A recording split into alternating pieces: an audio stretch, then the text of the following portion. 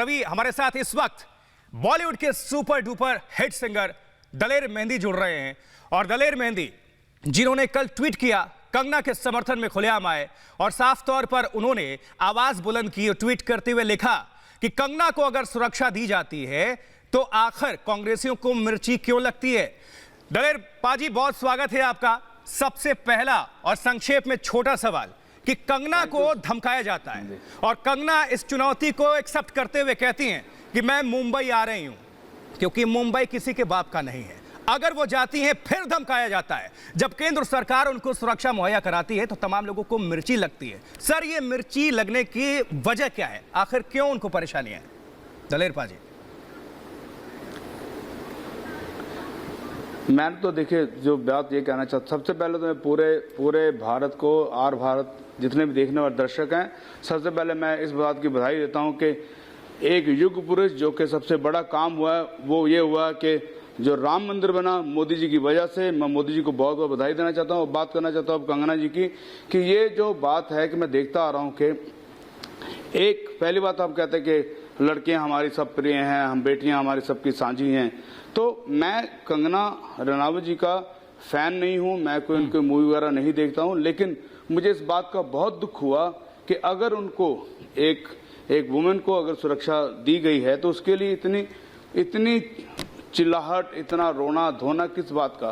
क्योंकि क्या जो सुरक्षा है वो सिर्फ सेलिब्रिटी को नाम मिले और बड़े बड़े पॉलिटिशियन को मिले, अमीरों को मिले, वो चलेगा? लेकिन कोई अगर आर्टिस्ट है और जो सच्चाई के लिए बोल रहा है, उन्होंने बड़ी हिम्मत की है कि बॉलीवुड के बारे में बहुत सारी बातें की हैं और ये सारी दुनिया जानती है, छुपा नहीं, कोई हिम्मत नहीं करता बोलने के लिए।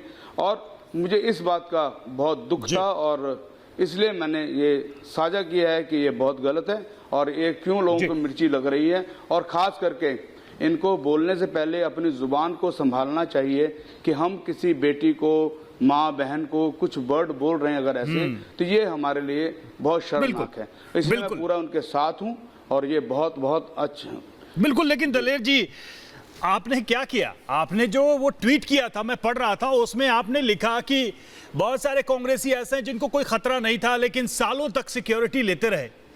आपको डर नहीं लग रहा है मुंबई में? आप मुंबई जाएंगे, वहां सोनिया सेना होगी, वहां पर उद्धव सेना होगी, जो कंगना को धमकी दे रहे हैं, उनके दफ्तर को तोड़फोड़ कर रहे हैं, हर व्यक्ति को मुंबई से बाहर खदेड़ने की बात करते हैं। आप उन्हीं पर सवाल उठा रहे हैं। वो पत्रकारों को धमकाते हैं, हमको धमकाते हैं कि हम रिपोर्टिंग बंद कर दें।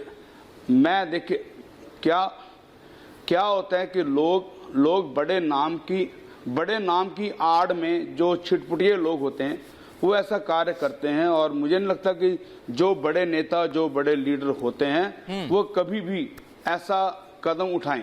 तो मुझे लगता नहीं है कि ये जो छिटपुटिये नीचे जो छोटे छोटे जो अपना नाम बनाने के लिए बकवास काम करते हैं, इससे कुछ होने वाला नहीं है। और दूसरी बात, पूरा भारत हमारा है।